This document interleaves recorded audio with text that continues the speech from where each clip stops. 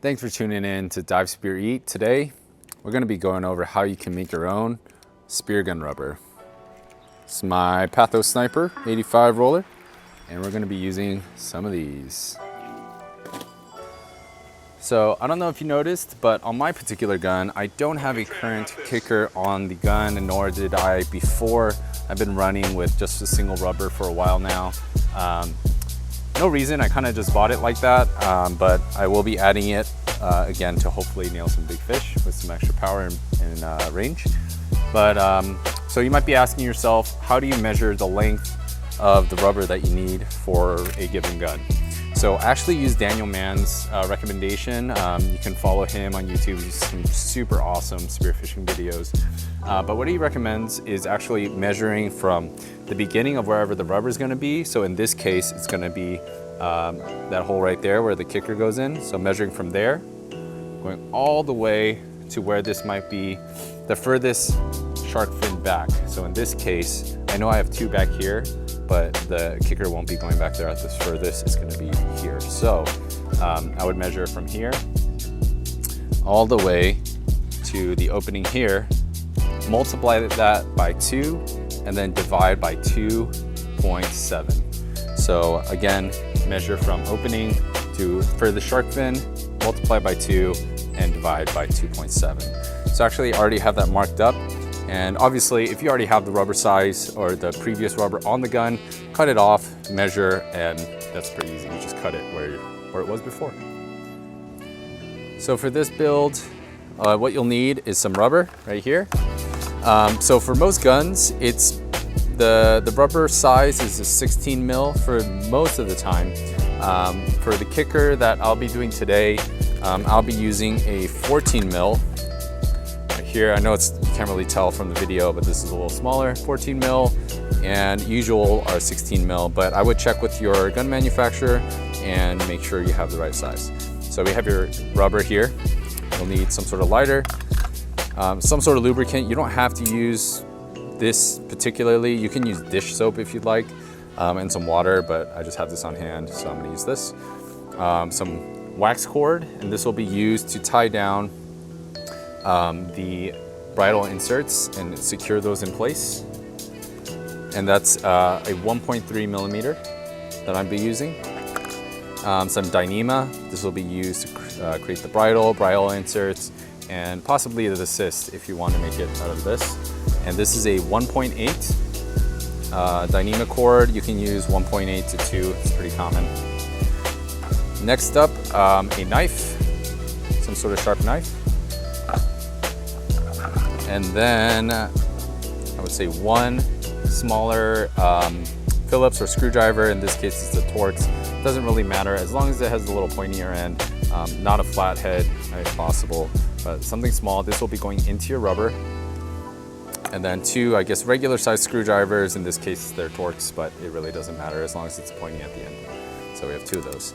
So again, smaller, two regular size screwdrivers, knife, Dyneema, wax cord, lubricant of some sort. It could be dishwasher fluid, lighter, and of course our rubber. Let's get started. So I've already measured mine out. My setup will be slightly different because my main band is actually a little shorter. I cut it a little shorter than I'd like, so I'm going to be cutting my assist a little shorter to compensate, or else the kicker won't be as effective given my main band setup. So anyway, measure your band out, the length again, times 2 and divide by 2.7 if you don't have the band, or if you have your old one, just match it up. So I got where I need to cut here. What you want to do is grab your blade, really sharp blade, and what Daniel Mann recommends is actually dipping the blade in some water to help with some lubrication. And what he does is press down with a lot of pressure and move slightly versus large slicing motions. So I'll try to get that done for you.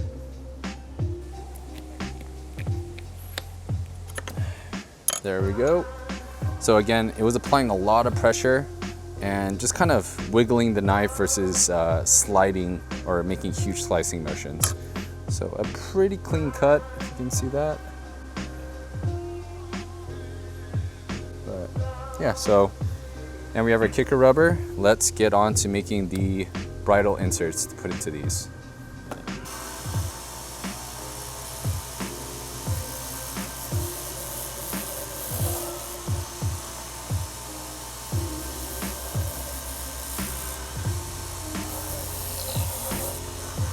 So this is how it turned out. I am not the best at this yet, but this side could use some work. But take a look, and I'll show you my better side. But that's how it looks after. I like the look of it. I've heard some spear fishermen like it because it could potentially help clear your line if the fish takes it and it doesn't get caught up on the rubber potentially. But I just like it mainly for aesthetics. Hopefully I get better so it looks a little better, but that's the idea. So next up, what we're gonna do is put these bridle inserts into the rubber. This is the tricky part, but let's get started. So what we're gonna use now is the Dyneema cord. Again, this is a 1.8 millimeter. And what we want at the end is about an inch of a loop at the end. So how we tie the bridle insert is using a simple figure of 8 knot. So what we have here is run the lines parallel to each other. You're gonna go over the top, like so, under, like so, and then through the original loop, like so. Then you're gonna snug that tight. Try to make it as clean as possible. Okay, nice and clean. So here it is. Here's your first bridle insert. So you might be wondering what do you do with the rest. All you do is cut the end. There's a little bit left to spare. There we go. Cool. And then we want to finish off the end by burning it and tapping it down. Tap it down. Just make sure it's good. Just one last pull and do the same thing. Make another one. All right, there you have it. You got your 2 bridle inserts. So now what you want to do is grab some lube. So in this case, I'm using white lubricant, white lithium grease. But you don't have to use this. You can use dishwashing soap and some water, or pretty much any sort of lubricant. That's good enough. I just have this around, so I like to use it. So what you want to do is spray a little bit into the rubber. It's going to be a little bit. You don't need too much. Same with the other side. And then spray the bridle inserts right at the knot. And just make sure bridle insert knot is lubricated, rub it around. Now we can work on inserting that into our rubber.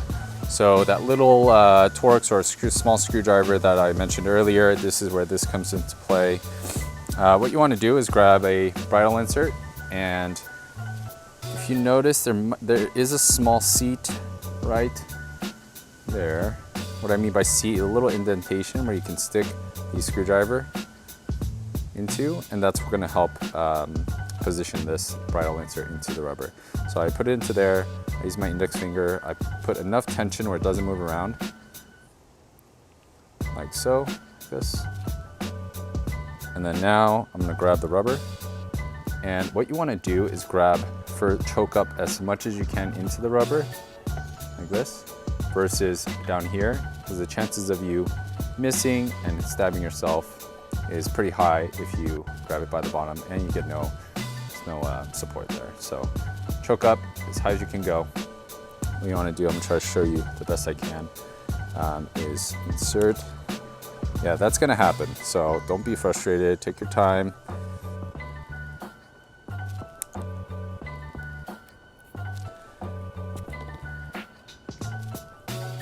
So once you have it in there, like so, you're going to put it in a good amount.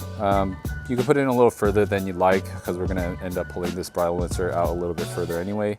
And then pinch with one hand and then pull out the screwdriver. And there's your bridle insert. One's in.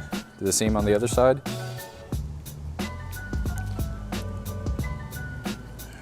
There we go. Good job. So now we have both of them in. Probably scoot this out a little bit, actually, not too deep. And now what we're gonna do is make sure they stay in by wrapping a knot right around the end so they don't pop out. So next up, what we're gonna do is secure our bridle insert on our rubber right here into the rubber with using wax cord and tightening it down. It's gonna end up looking something like that. So what you wanna do is grab some wax cord. This is 1.3 millimeter wax cord. And before you start tying, I like to create a simple knot like so in the wax cord. It just needs to be big enough for a screwdriver to go into, and you'll see why that is after.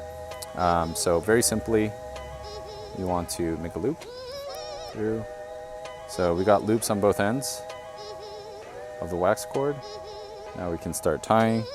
Grab your rubber with the bridle insert. What you're gonna do is do a close hitch knot to tighten this down versus the more popular constrictor knot.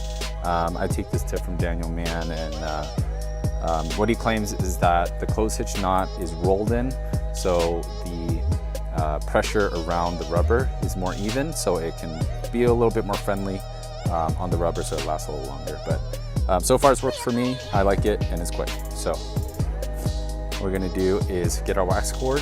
You're gonna go over 45 degrees, under, and then make an X at the top. See that there, that X? I'm gonna go under that X. Make sure it's on the left side. Under, and then through where you just came. So, right there. Okay, and then pull it tight. And all you're gonna do is do a little hand tight and put it all the way to the edge of where you want this to be tightened down. Next is where your two screwdrivers are gonna come into play. So we're gonna stick one screwdriver through one hole and another through the other side. And what we're gonna do is pull, and what I like to do is, I don't know if you can see this, but I'll actually hold this screwdriver on the table with my hip or step on it, and I'll just be pulling with one hand. So my other hand, here, I'll move this. See if you can see this. So my hip is holding this screwdriver against the table. Sometimes I'll step on it instead on the floor, and I'll be pulling with this hand, my right hand in this case. And I'm pulling tight, and I give tension, and I'm rolling this band. And as I roll, the rubber will tighten in, or the wax cord will tighten in on the rubber.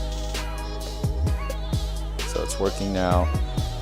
But I personally like stepping on it so you can generate a little bit more force, but this should be fine. So again, applying pressure, I'm pulling with this hand and rolling the rubber like so. Cool, and I think that's good. And right before I finish it off, I like to give it a little pull. Make sure it's tight. Awesome, it's not going anywhere. And what you want to do is cut off the excess. Just cut off the tip and then burn the edges, the ends off. Get a nice clean. Nice clean ending. Perfect. So we have your rubbers, constrictor knot, or the close hitch knot to tie them down. And just want to pull out the bridle insert on both sides. And let's get onto the bridle. So this is how it looks so far. So once you feed the kicker, in this case, through the gun, like so, What you want to make sure is that your kicker or the rubber you're using is going over the shaft, but not tangling up in the line underneath or something like that. What I mean by that is I had done my buddy's gun earlier, and his line was already loaded and all nice and tucked in like that, and actually accidentally this line right here, which should be under the kicker, was over because I just tied it together like so, and I just had to cut the bridle and do it all over again. So the easiest way to do that is either keep the shaft on, pull out all the line, or just totally get rid of the shaft. So in this case, I'll just do it without it. It's a little easier. And tie the bridle. So just like the other side, pull the bridle tight.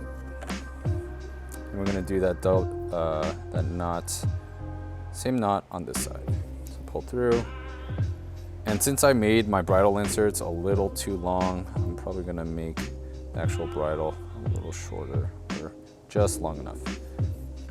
So what I do now, loop around twice and then through itself. Right there. Pull tight.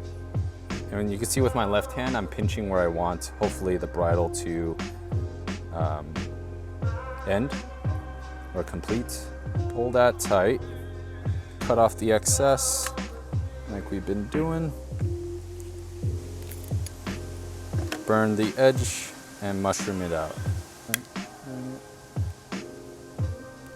Mushroom out like so. And now we have our kicker band or spear rubber. So I hope this video was helpful for you in making your own spear gun rubber with some raw rubber.